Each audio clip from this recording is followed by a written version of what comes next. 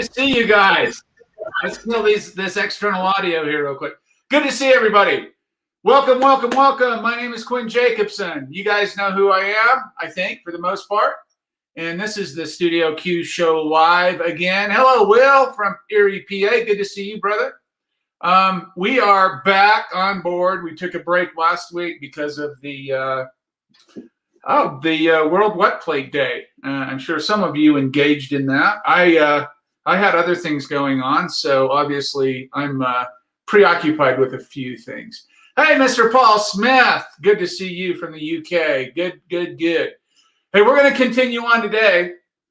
We're going to go into the art, connecting the art aspect with the death denial, and I've got a couple of things that I think you'll find interesting, maybe not.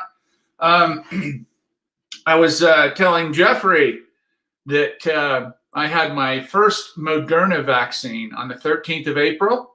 And just for public information, I had a terrible response to it. I'm not talking about fevers and chills for 2 days or 3 days. I had a terrible response. And I'll briefly tell you what happened. The 13th of April, I got my vaccination. The 24th of April, I went into a spiral vertigo.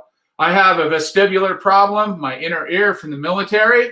I have tinnitus. I have Meniere's disease. The Veterans Administration acknowledges all this stuff. I damaged my hearing in the military, period. I blew my hearing. That, in turn, with the mRNA vaccination, the messenger RNA, and that spike protein, that enhanced spike protein, inflamed my entire nervous system, right? So it inflamed my vestibular nerve going to my brain, and nausea, panic, anxiety, couldn't walk, dizzy, couldn't eat, couldn't do anything for the last 2 weeks. 2 days ago was my first good day. So I went and saw the doc yesterday, and she told me absolutely do not take the second vaccine. So I'm a one-shot dude at 80%. I'm going to get my antibodies tested Monday. Too early, guys, on this stuff, especially if you have some pre-existing conditions. This wasn't the fever and chills and all that. This was way beyond that. I had COVID toes. My wife got a COVID rash on her legs and her COVID arm. Aches and pains, nervous system inflammation that I've never experienced before in my life. Not good. So I'm 80% vaccinated. I will remain so. And I just wanted to kind of, I know people asked about this stuff, and you'll see in the coming months, as they unfold all of this, you're going to see people with ear problems, specifically tinnitus or tinnitus, any vestibular nerve problems like I have, vertigo, dizziness, nausea, aches and pain, all kinds of stuff, not fever and chills and that stuff. This is not an immune response. This is an inflammation from that particular spike protein. Anyway, enough of that. I'm glad you're back. Thank you, Renzo. I will always be back, but I tell you, I'm about 95% today, and I've been functioning as low as 2 or 3% and gradually coming up. So not fun, guys, not fun. Good morning, Jean and Don Day from Mason, Texas. And Mark Zimmerman, good morning. Good to see you here too. Hello, Johan from the Netherlands. We're going to talk about some Dutch stuff today. No problem, Paul, no worries. I mean, here's the thing. I am not an anti-vaxxer. I am pro-vaccination. I'm pro-science, all that stuff. So when you inoculate or you vaccinate hundreds of millions of people, there's going to be a small subset that they've never paid attention to. That's where I fall, right? So while this was disturbing and very, very panic-driven and anxiety-driven, there for a couple of days, I thought, if this doesn't go away, my life is over. That's how bad it was, just FYI. So not joking, not trying to raise alarms. I'm just saying, if you haven't had the vaccine and you have inner ear problems, vestibular problems, tinnitus or tinnitus, ask your doc. Just make sure. Or look for an alternative away from the mRNA vaccines. But they're all the same basically. The Johnson & Johnson works on an old virus thing. The mRNAs are Moderna, Pfizer, AstraZeneca. I think AstraZeneca is actually the different one. Yes, I took the Moderna. And I wouldn't normally share this stuff. I don't like to share personal information, but this is a global thing. We're all in this together. I reported this to VAERS, the VAERS system, so they know what's going on, and Moderna. I will not take another shot or booster until they can assure me that these issues are resolved, because I can isolate myself. I wear a mask. I do all that stuff. I live in the mountains. My risk factor, I'm at 80% to do another 10 or 14% to get another jab and maybe go through the same thing and it won't go away. Nope. I can see. Thanks for listening to me, though.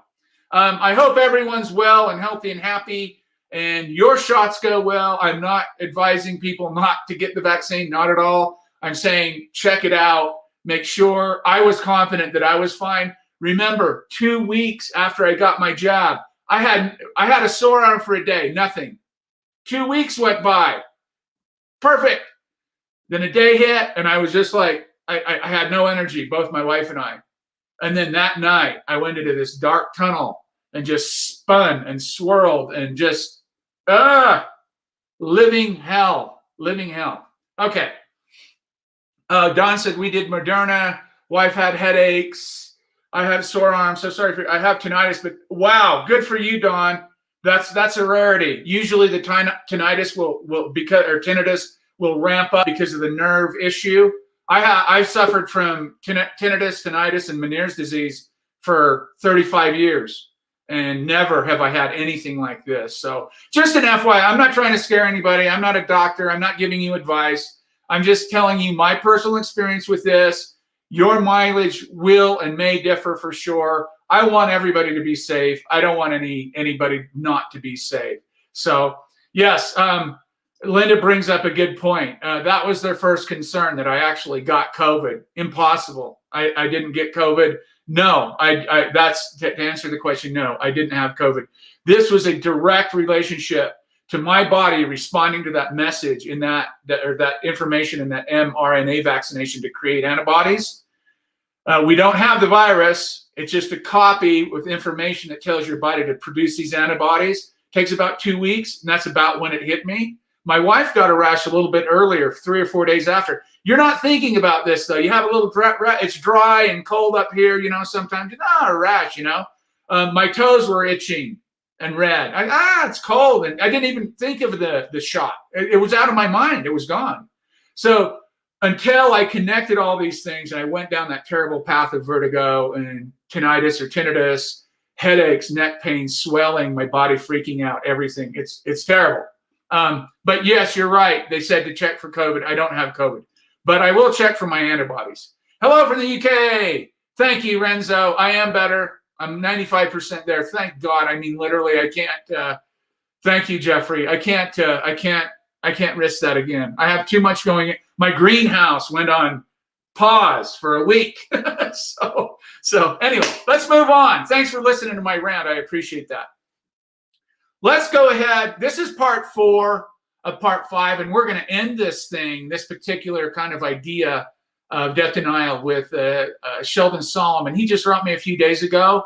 He's a little backed up, so I'm not sure if I'm going to have him on the 22nd or the week after that. We'll get him in here sometime. I have to kind of work with him and see where he's at. But hello, Thilo. Thank you. I appreciate that, Thilo. And I hope no one here has had any responses like that. I hope you got your vaccine or even your second one and you haven't had any adverse reactions. And that's a good thing. And I wish that for everyone.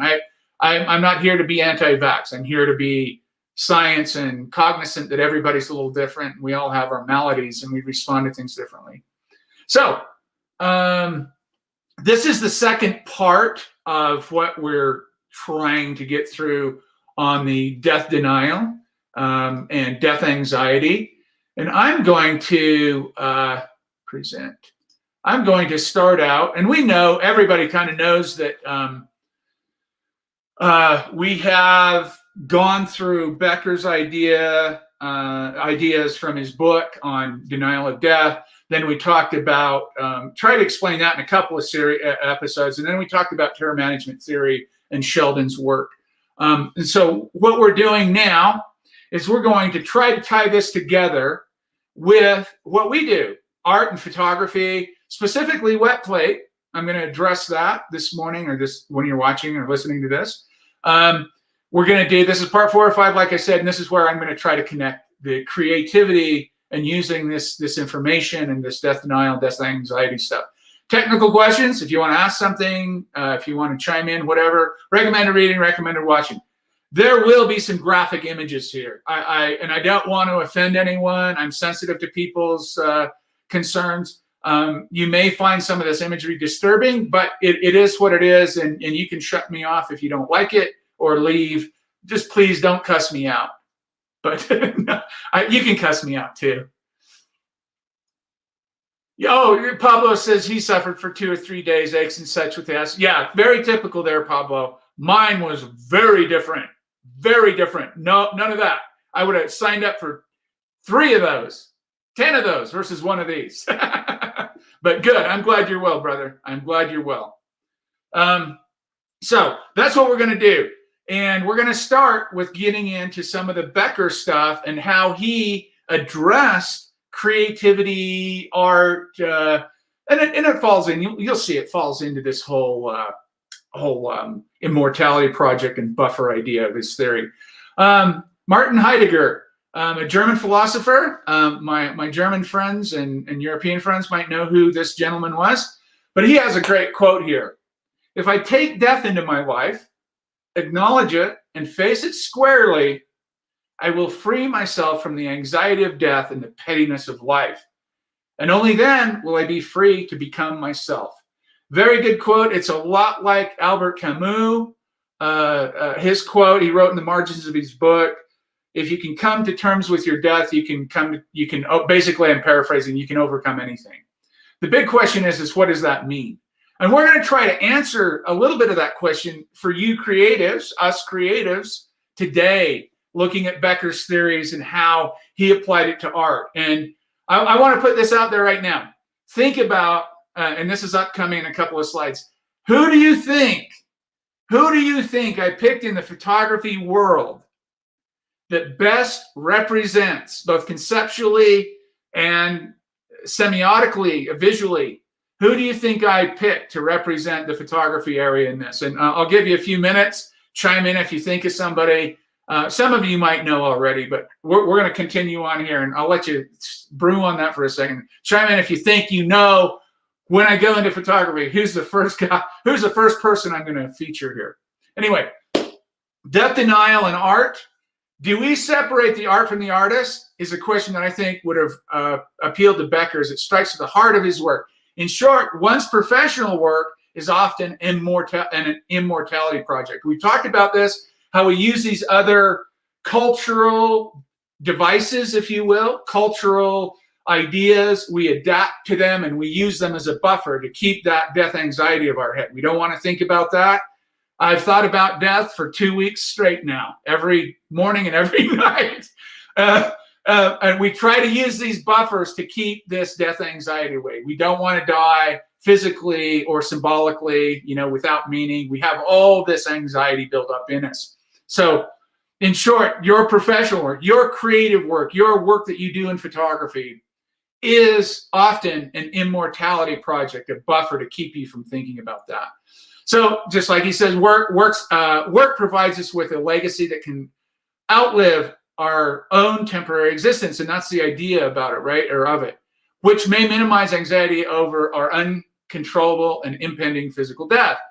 To take that away would be, in the view of Becker, a fate worse than death itself. As Becker writes in Escape from Evil, another book he wrote there, what man or woman really fears is not so much extinction, but extinction with insignificance. Meaning that we must take on something from our culture to help us overcome this death anxiety. And artists do this. In this group specifically, we do it usually with photography or some form of image making. So if one's legacy manages existential concerns, then to feel like one's legacy is being expunged should have a damaging effect on one's psychological equanimity. And it sure does. Once we lose these buffers, we lose what we call self-confidence. And if you don't find yourself a significant person in a meaningful world, once those two psychological constructs are gone, we go into depression, and we start ruminating about death, and we start ruminating about meaninglessness and all the things that accompany that. And this is what Beckers Theory is. So when we talk about art and bringing art into this, what we're talking about is a tool, a buffer, a project to give us self-esteem, to make us feel valuable, significant, and in a meaningful world. And in some part of us, because we work in photography, there's a large part of that knowledge that will actually give us this kind of immortality end of the project, meaning that our photographs will live on beyond our own physical self. And that's, if you don't think about that consciously, you do unconsciously. And most of that stuff is under the conscious, we sweep a lot of stuff under the psychological rug that way, so we don't really consciously think about these things. So at the end of the day, if you lack, moreover, advancements in research concerning a terror management perspective on well-being suggest that when people lack certain buffers, self-esteem, meaning, which help manage existential concerns, one's psychological well-being is compromised. In other words, if you don't have something that you can grab, a project, a photo project, you would like to tinker with lenses, you like to make huge cameras, you like to sell chemistry kits, you like to mess around, whatever it is you find that buffers and gives you self-esteem and makes you feel good, that's your immortality project or your buffer. So taken together, this might suggest that the loss of one's legacy, which is a major source of meaning and self-worth, it is for me, I would admit that, may in turn do damage to one's psychological health. Let me tell you a quick story. People used to ask me, not so much anymore. I think I published my first book about 15 or 16 years ago. And people asked me, why did you publish a book? What was it all about? And the surface answer, this is what's in my conscious mind. I said, I want to try to make it easier for artists and photographers to learn this process. Be safe, learn it properly, blah, blah, blah, all that stuff. But really what it was, or what it is psychologically, underneath, deep, unconsciously, subconsciously, I want my work to live on. So when I open an old book up from 1895, I know that I'm standing on the shoulders of those guys and women, and their legacy is living on. We talk about Towler and Silver Sunbeam. We talk about Talbot and Archer and Daguerre and all these people that have now made their life, or they were doing all this too. They weren't conscious of it, but we all do it. So artists are the easiest, and it's not just artists, but people who create things.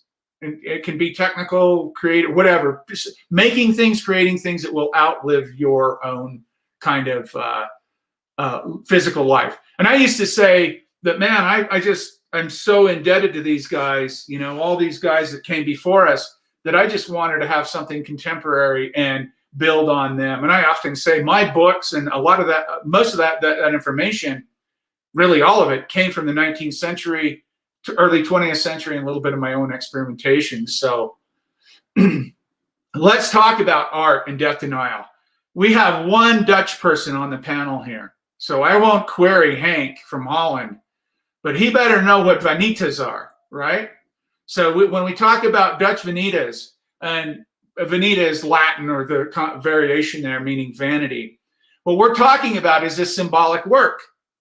And this iconography is really interesting. I don't know how many Dutch people or European today can look at a Veneta and describe the elements, but if you go to uni, or if you've had some education in art, you'll understand this, you'll know this. But a Veneta is a symbolic work of art showing the transience of life, transience of life. Sorry, the passing, the futility of pleasure, and the certainty of death. often contrasting symbols of wealth and symbols of ephemerality or ephemeral symbols and death, non-permanent. Not some of these words are really English words are really strange. Symbols of non-permanency and death. Best known are Vanitas still lifes, a common genre in the Low Countries of the 16th and 17th centuries. They also have been created in other times in other medias and genres. I have the quote for that, but I didn't put it down there. Common Veneta symbols included human skulls. How many human skulls or replicas do we see in wet plate? Created all the time. Like skulls are like the number one, right? Why is that? Because we know what it's doing. We know the symbolism. We know the history that you're weaving through it, even if you're not conscious of it. I bet you if I saw 20 wet collodion skull images online and I ask every single one of those photographers or artists what that symbolically means, I bet you maybe one or two of them could tell me. But skulls, big time. Decaying fruit could be full of creepy bugs. Watches and hourglasses mark the shortness of life. Wine paraphernalia and musical instruments would suggest even joyous experience would end in death. Death anxiety, that knowledge that you're going to die, right? And lit candles, snuffed out. This is my favorite one. I love that snuffed out candle. Stuffed out before their time. I'm not sure if the viewer now would read and understand all these symbols, but I'm certain that all the viewers in the 17th century, especially in Europe, in Holland especially, or in the Netherlands, would have immediately understood their meaning. So this is the first, not the first emergence, because we had all kinds of, you can put all the religious symbology in here too. All the, Caravaggio. I mean, there are similar times, right? We had the Renaissance. We had a lot of movements going on. Let me check these. Joseph Sudak. Yes, absolutely. I've got a huge book of his, Pablo. It's wonderful. No, Sudak is there. He's definitely Pablo. Sudak. If I had my books out, I'd show you my 200 kilo Sudak book. It's amazing, and it has a lot of death imagery. Yes, it does. Photographers that work in death imagery, and they don't even know that they're working in death imagery, they do still lifes like this, and they include that, they mimic, right? Emulation is a big part sometimes without even the knowledge of what they're doing. So oh, look at this, somebody's guessing on Jean. Oh boy, he's guilty. Oh, you're guilty of the skulls, I bet. Skull and wet plate match. Yeah, there you go. So yes, and flowers for sure. But those are the ephemeral objects, right, Linda? Those are the temporary. Ephemeral is an English word that means it's just temporary and it'll go away. Those are the temporary symbols of life. Snuffed out candle is my favorite. And obviously, time is a big one. What about the dice? What about the pipe? What about the book? What about the snail? The little object sitting on the candle stand is a snuffer, by the way. So that object has already been accounted for. Those are some things to think about in the first kind of iteration of what we're talking about. But let's talk about really getting down to the core of what we're doing here, post-mortem photography. And let's talk about why that was so important. Hold on a second. I'm not sure who this person is. Let's put it up here. But what if it comes as a risk of our being becoming a worse persona, an uglier sociopathic behavior? More overall, the construction of artworks, photo works come to degree by the artist visually comes as I'm not sure where you're going with that. I'm going to guess though. It sounds like, I don't know if you've watched these previous episodes, but that's the exact opposite of what we're talking about. When you don't acknowledge your death anxiety, that's when you lash out. And if you look at the terror management studies and the empirical data there from Solomon and folks, you will see that it's clearly the knowledge of our death and that suppression and repression of it that makes people lash out. And I talked about that last time. Oh, Ouija, that's a good one, Paul. Oh, that's a good one. I have his book too. That's a very good one. I'm going to remember that. Let's see. Comes as expectations by the artificial.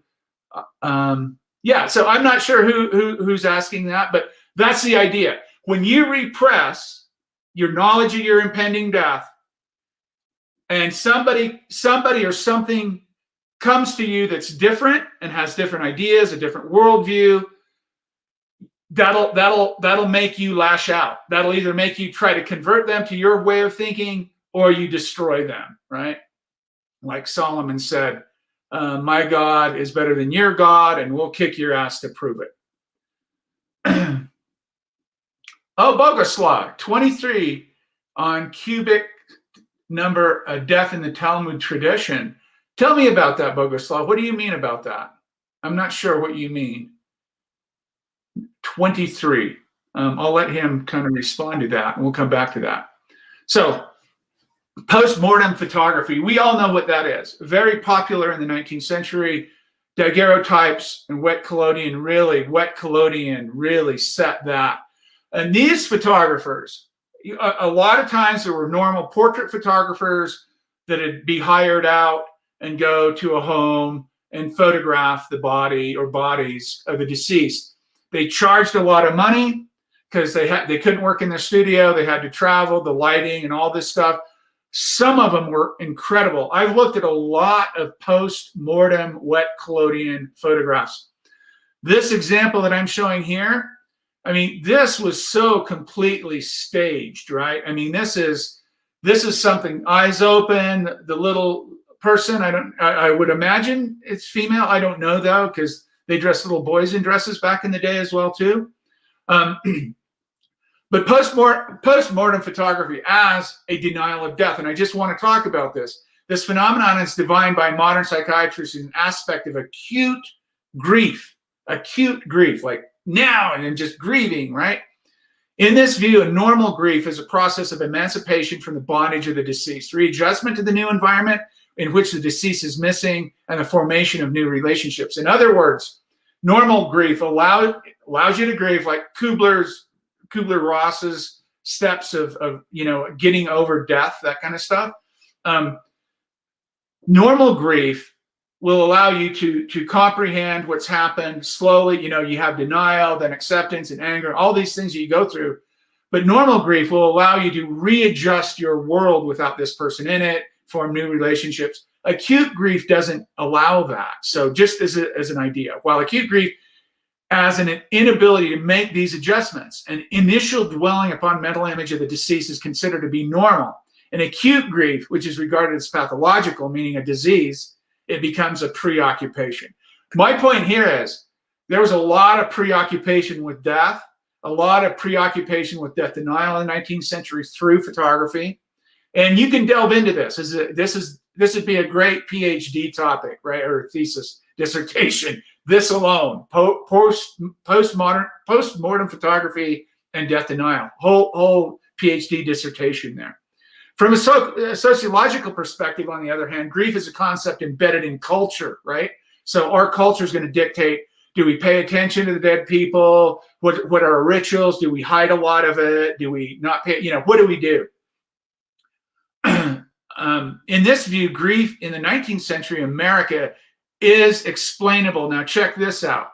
Is explainable by the fact that the society was undergoing a confusing and disorienting transition from an extended family system in Europe, right, to a small family system on the prairies of Colorado and Nevada and California, wherever they went. The small family system, moreover, is a form of socialization that creates over-identification and over-dependence, and in which each person appears to have to the other to be irreplaceable, just like I said. In this type of social group, death denial is a comprehensible response to the death of a family member. So while we say they had a great response to death, they acknowledge it, unlike we do today. It's very sanitary, right? Even in the times of COVID, especially. These people die in the hospital and there's an iPad and their family's trying to say goodbye. They're not even physically there. Then the body's put away. We never see it. There's people that take care. It's very clean. And we don't want to talk about death. We don't want to deal with this. So we look back on the 19th and 20th and say, look at how open they were and how, well, they died. They lived and died at home. They were buried at home. Their bodies were taken care of by their family members. They didn't have all these morticians and funeral homes and, maybe they had some coffin makers or whatever, but people dealt with that at home. But the interesting thing here to me is that while we think they really dealt with death well, if you get looking into it, they just had other avenues to deny it and finding ways to deny it. Oh, Boguslaw says, on your first slide, cube for play indicate 2 or 3 in the old tradition. Ah, very interesting. Thank you, Boguslaw. That, yes. The Talmud tradition. I'm going to have to look at that. That is very interesting. I didn't even think about going into the ideas of religious. I mean, I will, but not in that context. That's interesting. John is killing it. Look at this. Look at this. He's still guessing. He's playing my game of who I'm going to present. Wouldn't that be a great one? Isn't that? Look at that, huh? Isn't that wonderful? Wet collodion on the death farm in Tennessee, photographing decomposing bodies. I don't know how you could get away from that. Oh, it's Ismail.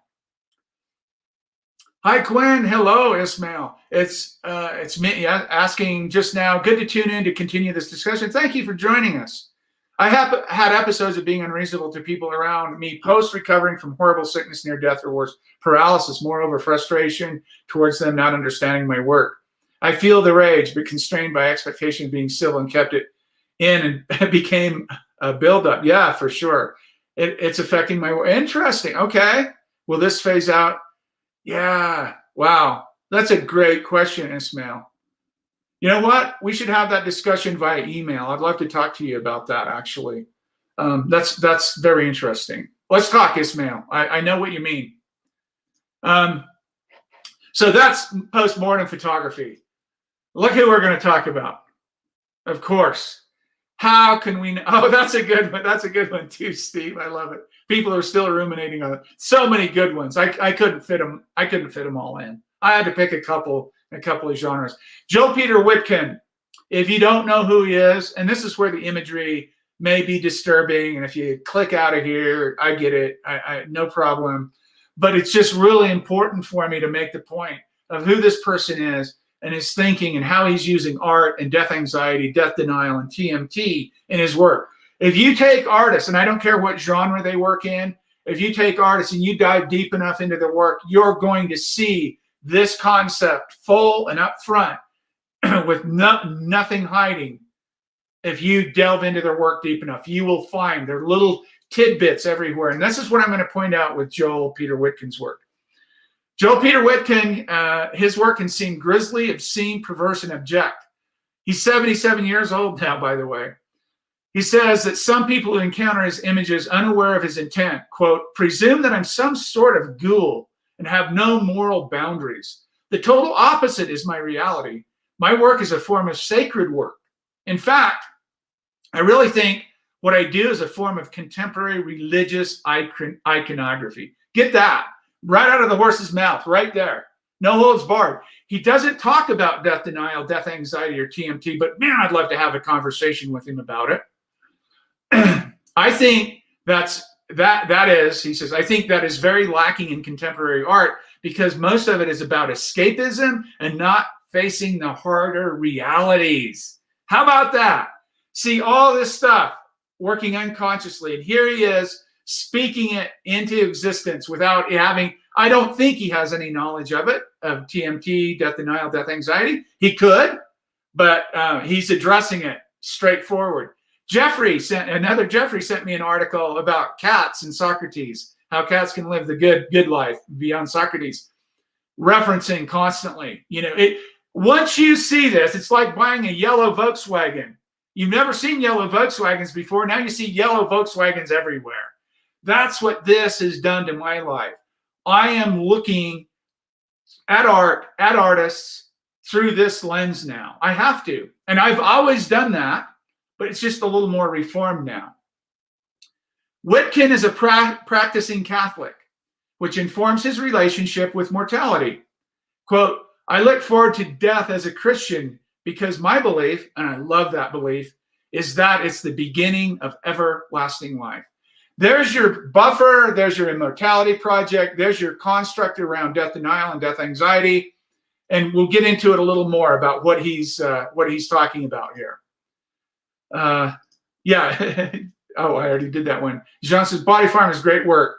I'm not a big fan of Sally Mann's work, but there's one really, really powerful. Yeah, sure. I mean, yeah, the Farm is great work.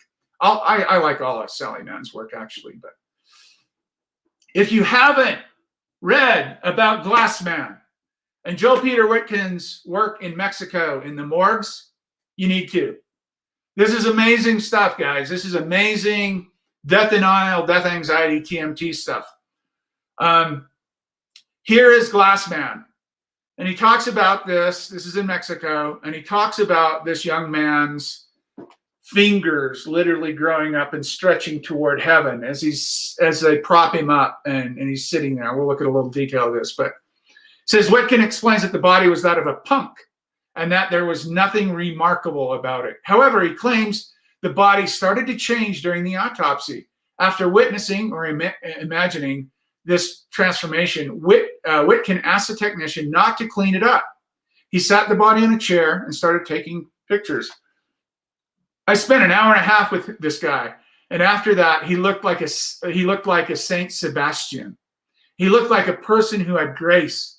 His fingers, I swear to God, had grown 50%, as if they were reaching for eternity. This symbolism, this death denial, this is post-mortem photography as well, too. And look at what he's done to the image. Look how he's distressed it. This is his classic style. I've heard stories about him trying to learn wet plate, but I won't go into them here. After his death, this man has been stripped from his identity. Following Bart's, we could claim that, placed in front of the camera, his corpse, already closer to an object than to a person, was again objectified. However, Witkin disavows this objectifying power to the lens. He even denies that the reality of death, the stillness of the corpse in front of the camera. He wants to see him move, even when this impossible movement of the man's finger cannot be captured in the still image. So here, even he's imbuing this whole idea that, Barthes talks about objectification, right? The power control, right? Usually referring to, men stripping down young women and putting them in front of the camera, those kinds of power objectification trips. Barthes would say the same thing about this dead man here. But the image itself suggests an upward movement of the fingers. There's a vertical line that effectively cuts the picture in two. It emerges from the man's genitalia, which is just outside of the frame, and continues through his fingers, which are made to point upward and follow the stitching from the autopsy into the subject's neck and head. Moreover, the various scratches and stains that surround the corpse, which Witkin made after the take, during the process of developing and printing, convey a certain violence and drama, which are accentuated by the subject's gesture. It is as if the face and the hands in Witkin's photograph attempted to establish a link between this corpse and its previous human life by imitating a gesture. But the result is rather grotesque, a parody of the ability of human hands and gestures to convey meaning.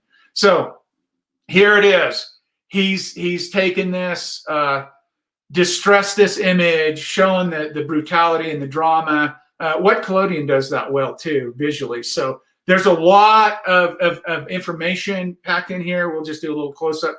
There are his fingers. You can see them pointing upward. It doesn't look like they've grown to me, but again, in Witkin's mind, this is what's happening. Talking about Dutch Vanitas, let's talk about Witkin's Vanitas, and let's talk about the kiss too, right? The image on the right. Anybody familiar with this image, the kiss, or Ugly the Kiss? This is a corpse that this is one head that's been split in half and put together. So Witkin would use, and again, if you don't know Witkin, you're probably grossed out by now, but if you don't know Witkin, you need to read about him before you look at his images, maybe. That might be the proper course, and you still might not like him. But hear the idea of still lifes, of portraiture, of everything, you know, hearkening back to the Vanitas. He's always going back to paintings and Renaissance and religious iconography in his work. They're very powerful, grotesque, but powerful. And probably the ultimate for me, as far as Veneta go, the one on the right with the severed, the amputated arm, the fruit, the flowers, like Linda said, the distress, stressed out negative, the time, right? Time is gone for that person. And then the one on the left, similar things about, you know, you'd have to read about all this imagery. He definitely deals with death denial and death anxiety. Anybody know about Damien Hirst? Death Denied, his project called Death Denied. This is another artist that uses heavy death denial, death anxiety, TMT issues in his work. The calf, the shark split in half. He's done all kinds of work. Look into him, read about his work and how he's using the symbology, the symbolism, and death and denying death. He actually has the project called Death Denied, and this is what it is. This is from Death Explained, but there's also Death Denied. Death Explained 2007 comprises a mature shark bisected down its length in the two halves, placed in matching steel glass tanks which stand side by side.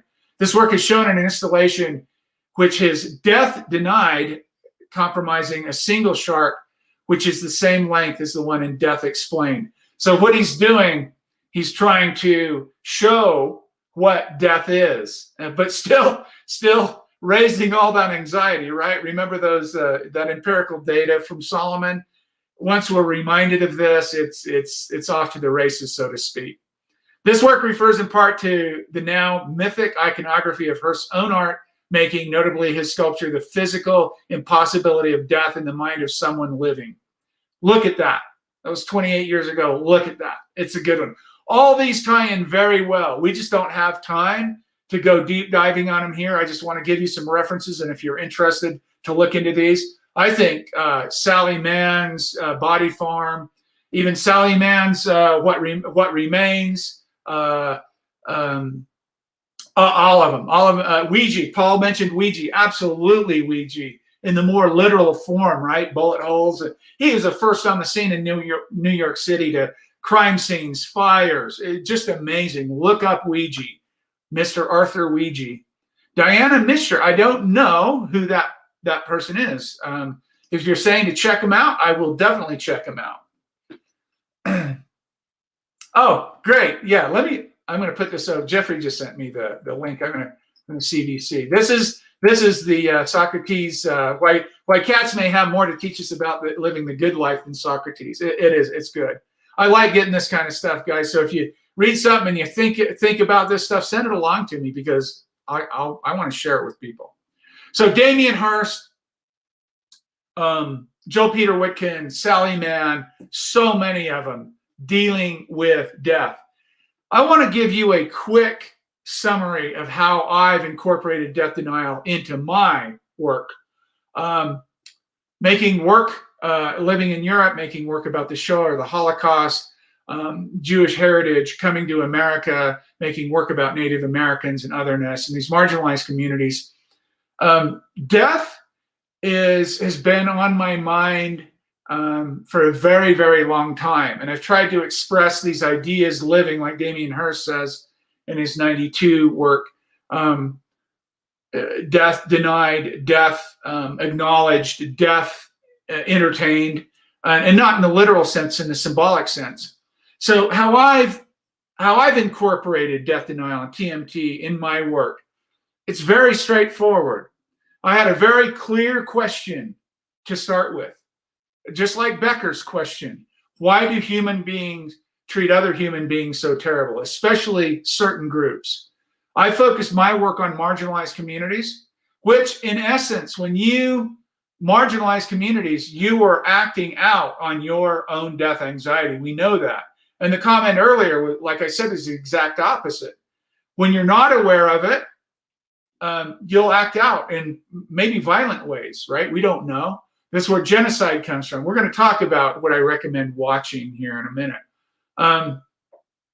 So I've worked a lot unconsciously on this until I had the academic and intellectual resources to look at what people are thinking about, how they're describing things, and then connect it to my work. So 30 years plus, I just thought about this other day. Oh my God, I've been a photographer for almost 40 years. Don't say anything. Shh. I think maybe 10 or 15 years, something like that. I'm, oh my God, 40 years. I couldn't believe it. So it wasn't until 15 years ago that I really started to ask myself why. In fact, it was longer than that. It was probably like 25 years. But 15 years ago, I entered graduate school. And that's when I really started to ask these questions. Because there's only, look, guys, I don't know about you. I can only photograph things that look cool or that are neat or that are technical interesting for so long. I've got to move off the milk to the meat at some point. And that's what I was so frustrated about 15 years ago, is going into graduate school. I loved graduate school. It was enlightening. It was great. It didn't answer like Becker's work answers the questions that I had about why we treat others so bad, people that are different from us in any way. But it wasn't until I came across Becker's work that I fully understood my drive and motivation for making the work that I made. And the first time I published about Becker was in 2019 in my Chemical Pictures book, talking about how it resonated and how I finally understood, with the combination of graduate school, these theories coming in, Solomon coming in, providing his worm at the core and his empirical data on TMT, that I really connected all the dots. And I feel comfortable. Maybe I don't have all the words yet, but I feel very comfortable about where I'm at and what I'm doing, and how I can incorporate both subtly and subconsciously and consciously death denial into my work and talk to people about it. So Memory Project, show work in Europe in Madison Avenue, others from my community, the American West Portraits, and the Native American massacre sites, of course. How can my work not be death denial, buried in death denial? I found out a very interesting fact the other day, and you will too if you watch my recommended watching. Hitler, Adolf Hitler in Germany, used and propped up. He used a lot of sources out of history. He used like, what's his name? Who tapped the 95 edicts on the church door? Give me his name. He wrote Jews and Their Lies, a 1,500-word essay. Hitler used a lot of his, and he was born on November 9th as well, too, the Kristallnacht. He used a lot of his information from the Martin Luther. Thank you. Martin Luther. Look him up. Martin Luther, the Jews and Their Lies. He used that document a lot for his, thank you, Thilo. Yes, thank you, brother. He used that document a lot. And you know what else he used? And this, I'm talking about the genocide, the Holocaust, the Shoah.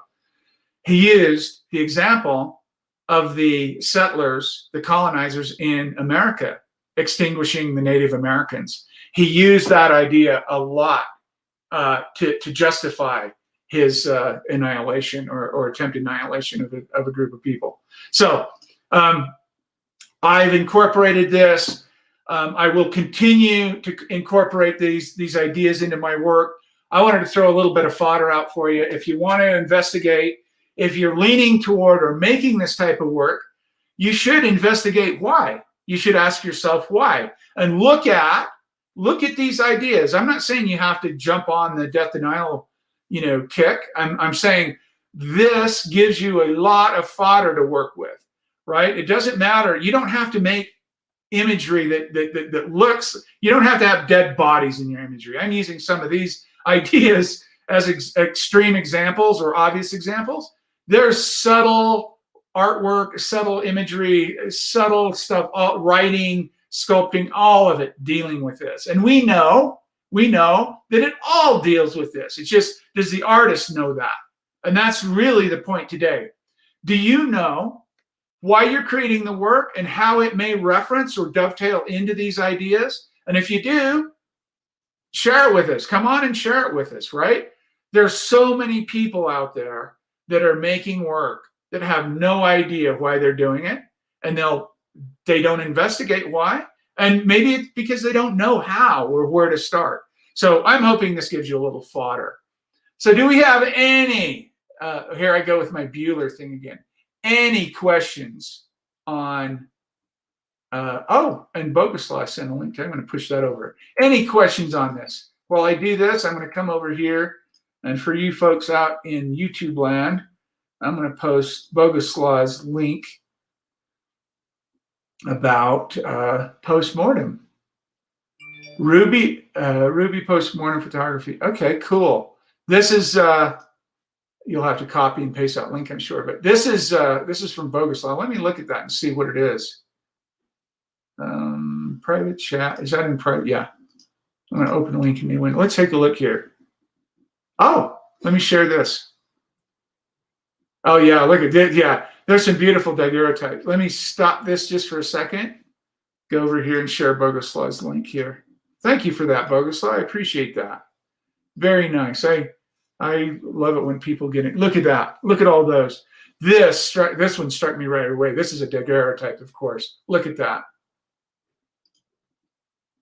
I mean, you do some research on this stuff, you will be amazed at what you find and how connected all this stuff is to what we do. And, and it's beautiful when you can connect these things. And let's talk about self-esteem and significance in a meaningful world.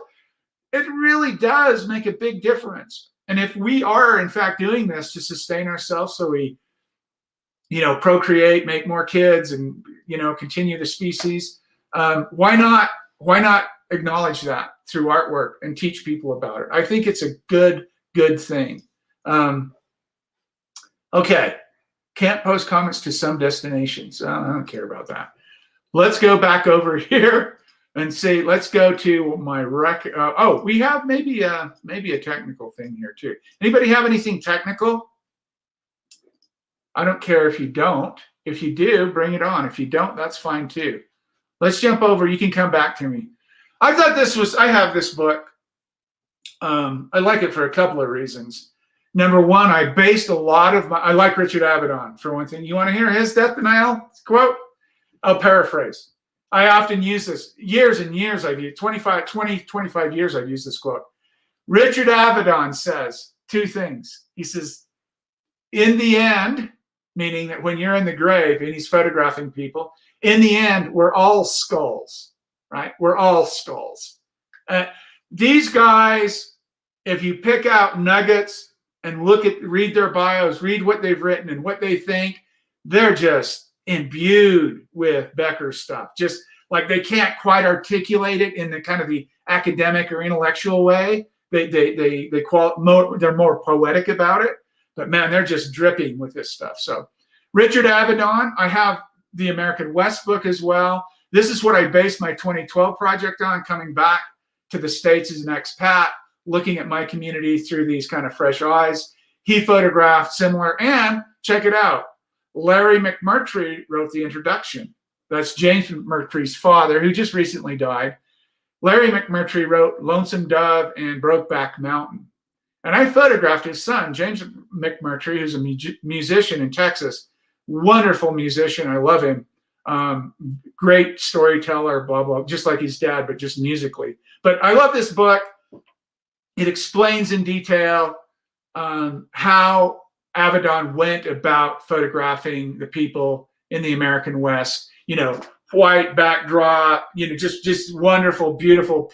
Just there they are, just warts and all, just screams marginalized and otherness. And I love that. There are a lot of great quotes from Richard Avedon too. If you don't know who he is, I'm sure you do, but if you don't, look him up. Recommended watching. Here we go. This is what I was talking about. I just watched this. In my recovery phase from the Moderna vaccine. This is Raoul Peck's wonderful miniseries on the larger theory. This takes Becker and expands it throughout history. He talks about the origins of white supremacy, the genocide. By the way, it's called Exterminate All the Brutes, Raoul Peck. And he's made a lot of wonderful films. Exterminate All the Brute comes from the book Heart of Darkness by Conrad. And if you don't know that, you may want to have some context to it, maybe not. It doesn't really matter. Watch Exterminate All the Brutes if you can. I'm going to play this clip here. It's just a trailer. Here is the story we have been told in Columbus's travel journal. They were discovered. But there is no such thing as alternative facts. There is something we need to talk about. 3 words that summarize the whole history of humanity: civilization, colonization, extermination. This is the origin of the ideology of white supremacy. This is me in the middle, and I just want to understand. Why do I bring myself into this story? Because I am an immigrant from a shithole country. Neutrality is not an option. So you best duck. Get out the way. It's time to own up to a basic truth. The story of survival and violence. We know now what their task truly is. Exterminate all the brutes.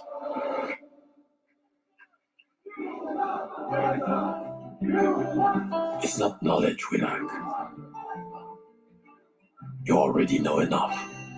What is missing is the courage to understand what we know. Isn't that true? We are miles apart, Who are we? but safe to dream. What if, from the beginning, the story was told the wrong way? Shine your light. The nightmare is buried deep in our consciousness, so deep that we do not recognize it. And over the centuries, we lost all bearings. Because the past has a future we never expect. Great quote.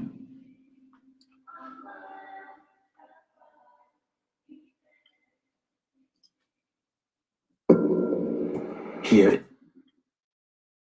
That's a great series. It'll really, I mean, wow. I'll watch it again after I can digest it for a little while. But man, it's just super powerful. I am so glad people are coming around to the knowledge of both the actual history of our nations, wherever you live, and also our psychological, our human condition. And I think once you combine those two, once you take like a Becker and a Solomon, and then a Raoul Peck and a Howard Zinn and some other people, and really kind of suss out the truth of all of it, both psychologically and historically, the historicity of it, you may change your mind on some of the positions in your worldview.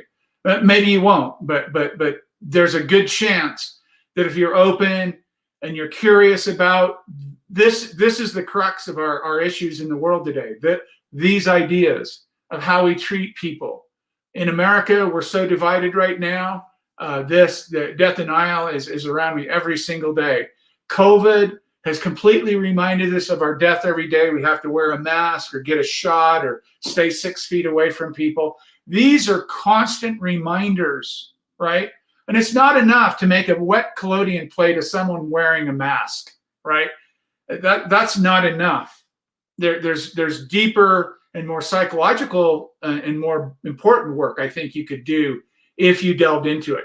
People respond superficially, and I get it. So they make art superficially. A lot of art is derivative. It's just mimicked off something else.